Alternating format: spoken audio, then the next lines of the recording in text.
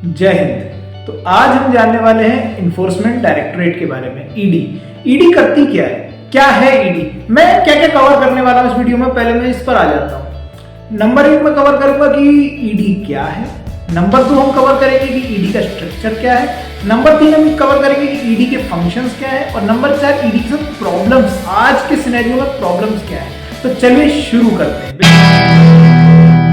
ED है क्या? ED देखो क्या है, मल्टी डिसिप्लिनरी ऑर्गेनाइजेशन है। मल्टी डिसिप्लिनरी इसका मतलब है आपका जिसके अंदर कई सारे दायरे आते हो। मैं सारे दायरों को कवर करूंगा आगे, पर अभी मैं आपको बता रहा हूं मल्टी डिसिप्लिनरी ऑर्गेनाइजेशन है। इसके अंदर एक से ज्यादा दायरा आता है, जिसके अंदर उसकी पावर हो कि भाई एक से ज्यादा दायरा वो देख सकती है। अच्छा, मेन सर इसका काम क्या है? तो मेन काम है इसका मनी लॉन्ड्रिंग को रोकना और फॉरेन एक्सचेंज के नियमों का उल्लंघन होने से रोकना। एक छोटा सवाल उठेगा दिमाग में, सर मनी लॉन्ड्रिंग क्या होता है? Sir what do you mean by money laundering? चलो मैं बहुत सिंपल भाषा में समझाऊंगा। 2 शब्दों से मिलकर बना है, मनी और लॉन्ड्रिंग। तो मनी मतलब पैसा, लॉन्ड्रिंग मतलब क्या? धुलाई। गलत पैसे को सही पैसा बनाना ही मनी लॉन्ड्रिंग है। मतलब 2 नंबर के पैसे को 1 नंबर के ट्रांजैक्शन में कन्वर्ट करना ही मनी लॉन्ड्रिंग है। तो ये तो होगा इसके मेन फंक्शन। अब इसके आगे की बात करते हैं, किसके अंडर फंक्शन करता है ये? तो ये फंक्शन करता है आपके मिनिस्ट्री ऑफ फाइनेंस के अंडर में, और उसके अंदर डिपार्टमेंट ऑफ रेवेन्यू के अंदर में। अल्टीमेटली ये कौन इसको पूरा बांध सकता है, कौन इसको पूरा पकड़ के बैठा है, जिसके अकॉर्डिंग इसको चलना ही है, वो है हमारा कॉन्स्टिट्यूशन ऑफ इंडिया। अब अपने नेक्स्ट टॉपिक पे बढ़ते हैं, उसमें हम बात करते हैं कि ईडी का स्ट्रक्चर क्या है।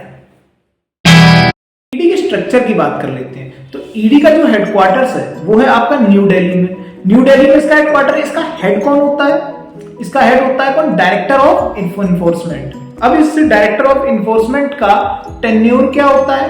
तो इसका टेन्योर होता है आपके 2 साल। अच्छा सर, ऐसा हो सकता है कि 2 साल इसका पूरा टेन्योर है, क्या इसके आगे बढ़ जाए? हाँ, तो डीएसपी एक्ट इसको 3 एनुअल एक्सटेंशन मिल सकते हैं, मतलब 3 साल की ड्यूटी और कर सकता है ना? कौन? जो डायरेक्टर बनेगा ईडी का।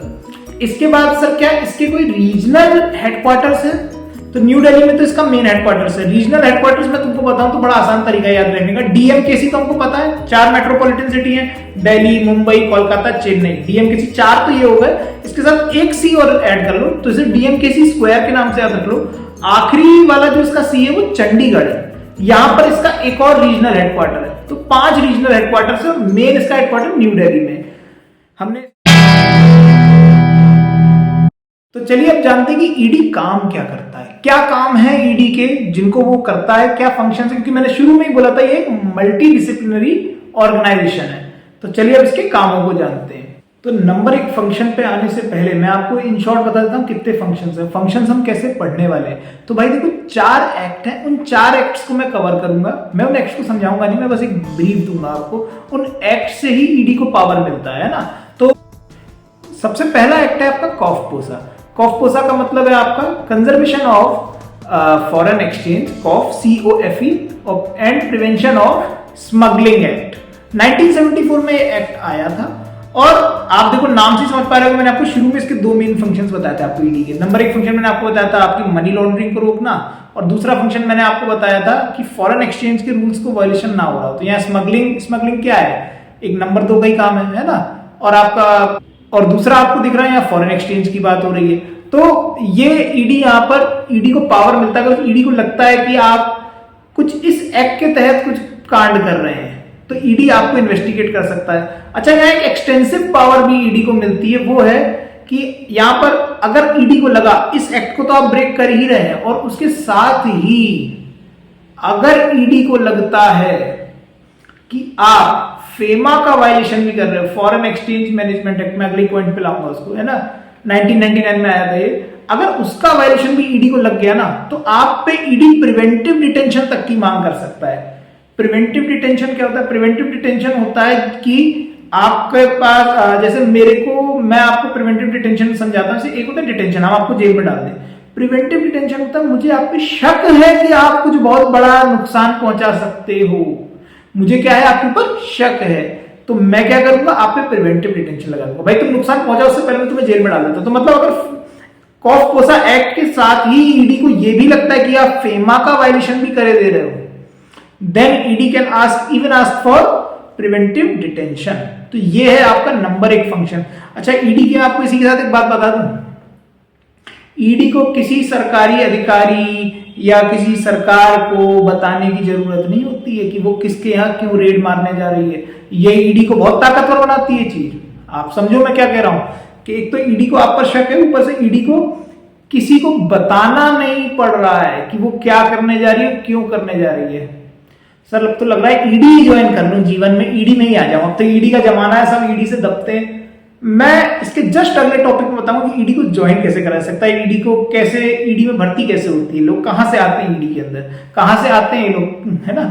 तो वहीं पे मैं आऊंगा अभी। नंबर 2 इसका फंक्शन आता है, वो उसको देता है FEMA act, foreign exchange management act. Foreign exchange management act बना किस लिए था? फॉरेन एक्सचेंज मैनेजमेंट एक्ट बना था कि आपके ट्रेड और पेमेंट जो इंटरनेशनल है वो एक सिस्टम से होते रहे और इंटरनेशनल ट्रेड ऑर्डरली तरीके से होता रहे, एक सही तरीके से होता रहे। यहां पर ईडी को शक्ति ये मिली हुई है कि अगर ईडी चाहे तो, और उसे दिख रहा है आप इस एक्ट को ब्रेक करो तो ईडी कैन इंटरफेयर और ईडी इस केस को इन्वेस्टिगेट कर सकता है।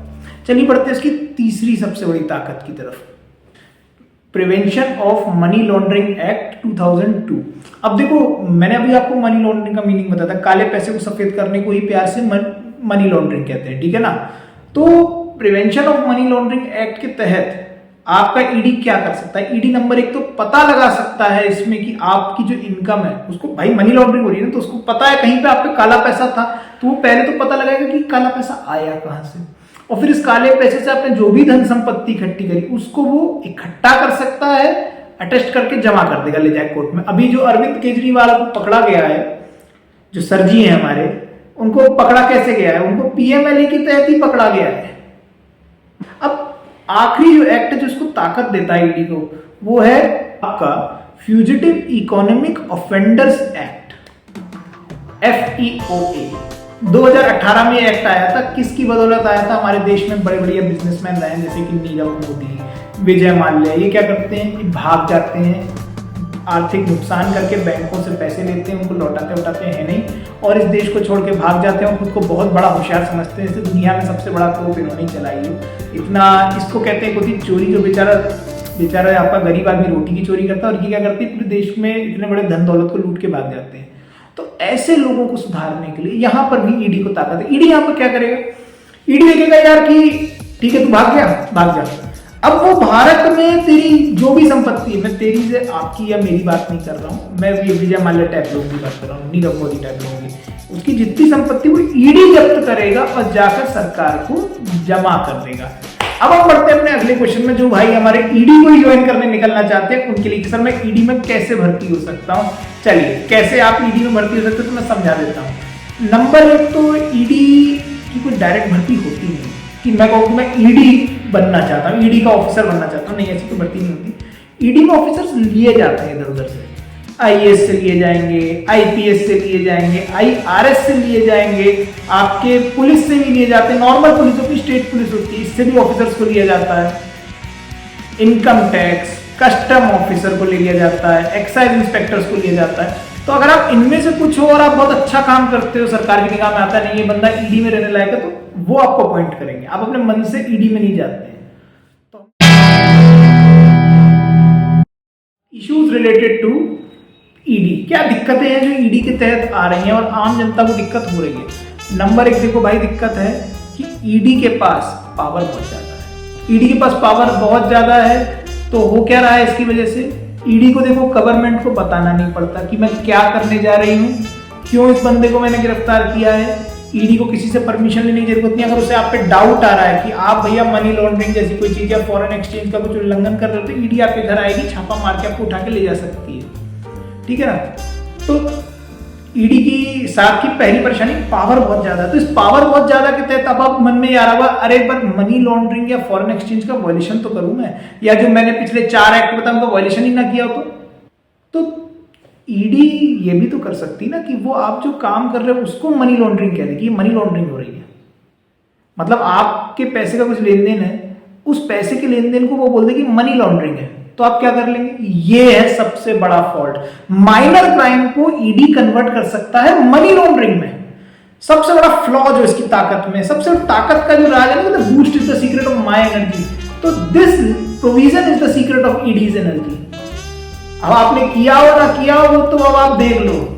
इसलिए एक चीज और होनी चाहिए ना, इसमें सुधार भी साथ के साथ बता देता हूं। सुधार ये होना चाहिए कि ईडी को ये जो ट्रायल्स है, मान लो अगर आप किसी को फंसा भी रहे हो तो वो ट्रायल्स बहुत स्पीडी होने चाहिए, जल्दी होने चाहिए। ऐसा ना हो टाइम वेस्ट हो रहा है तो वो इन्वेस्टिगेशन एक सजा बनने लग जाती है, वो खुद ही एक ऐसा लगता है कि कोई गुनाह हो चुका है हमसे। नंबर एक चीज तो है ये। चलो नंबर 2 की बात करते हैं। नंबर 2 क्या दिक्कत है इस ईडी के साथ? नंबर 2 दिक्कत है कि पॉलिटिकल बायस। देखो जो सबसे बड़ा आरोप ईडी पे लगता है, सुनने में आता है, वो है कि ईडी जो है वो बायस होकर काम करती है। लोग कहते हैं कि यार ठीक है आपने अरविंद केजरीवाल को उठा लिया, मानता हूं घटिया आदमी, अच्छी बात है आपसे उठा ले गए। हम मानते हैं कि आपका ये झारखंड का जो मुख्यमंत्री था इसको आप ले गए, अच्छा आपने किया। लेकिन यार कुछ लोग जो ईडी की लिस्ट से गायब से हो गए हैं, पहले वो बीजेपी में नहीं थे तब उनका नाम लिया जाता था, लेकिन अब उनका कोई नाम नहीं था। जैसे कि अजीत पवार, हेमंत बिश्वा शर्मा, शगुन भुजबल, नारायण राणे, इनके नाम कहाँ हैं? ये ऐसा कैसे हो जाता है कि हम पार्टी बदल लेते हैं और ईडी हमारा पीछा करना छोड़ देता है? ऐसा कैसे हो जाता है? और वहीं पर अगर हम आपके अपोजिशन में तो ईडी हमारा रात दिन जीना खाना पीना वगैरह वगैरह सब मुश्किल सा कर देता है। कुछ तो दिक्कत है ना, ये दिक्कत है ईडी के साथ, ये जेन्युइन दिक्कत है। इसके साथ ही हम बढ़ते हैं अपने तीसरे पॉइंट पे। तीसरी दिक्कत है lack of conviction rate. Lack of conviction rate मतलब आपके जितने लोगों को आपने आज तक पूछताछ करी या आपको जितनों पे शक था उनमें से सही साबित तो बहुत कम हुए। मैं आपको एक छोटा सा उदाहरण लूंगा 2021 से 22 के साल का। 888 लोगों पर ईडी ने छापे मारे, ईडी ने पकड़ा, 23 लोग केवल फाइनली साबित हुए। तो इसका मतलब आपके 865 लोग जो थे वो तो फालतू रहे ना, वो तो फालतू परेशान करेगा ना ईडी के द्वारा केवल। तो ये इसका फ्लॉ है ईडी का कि यार आपका कन्विक्शन रेट बड़ा पुअर है। अब पता नहीं पॉलिटिकली मोटिवेटेड होकर यहाँ पे काम होता है या फिर वाकई में कोई शक था। इसके साथ ही ईडी के साथ एक और दिक्कत जो बहुत बड़ी है वो ये है कि लैक ऑफ ट्रांसपेरेंसी। ईडी का तरीका समझ नहीं आता है। ईडी कैसे केसेस को सिलेक्ट करता है, क्या सिस्टम है कि ईडी अब इस केस पे जाएगा, क्या सिस्टम है कि ईडी अब आपके पास आएगा, क्या ईडी ने अचानक सोचा कि वो उसके पास चला गया, नहीं, कुछ क्लैरिटी नहीं है। और उसमें सबसे बुरी चीज जो देखने को मिलती है कि ईडी कभी रूलिंग पार्टी क्वेश्चन करता तो दिखता ही नहीं है। ईडी अपोजिशन की सुबह शाम भेंट बजाता दिखता है। मैं ये नहीं कह रहा अपोजिशन हमारे देश का अच्छा, मैं मानता हूँ बहुत ही घटिया विपक्ष है, मैं मानता हूँ इस बात को। लेकिन यार एक चीज होती है कि ऐसा एक डर बैठ जाएगा समय के साथ, ऐसे तो लोगों में क्वेश्चन ही नहीं करना है गवर्नमेंट को। और हम तो एक डेमोक्रेटिक कंट्री में के साथ ही मैं अपना वीडियो यहाँ पर खत्म करता हूँ। मेरे को यहाँ तक देखने के लिए बहुत बहुत शुक्रिया, बहुत बहुत शुक्रिया।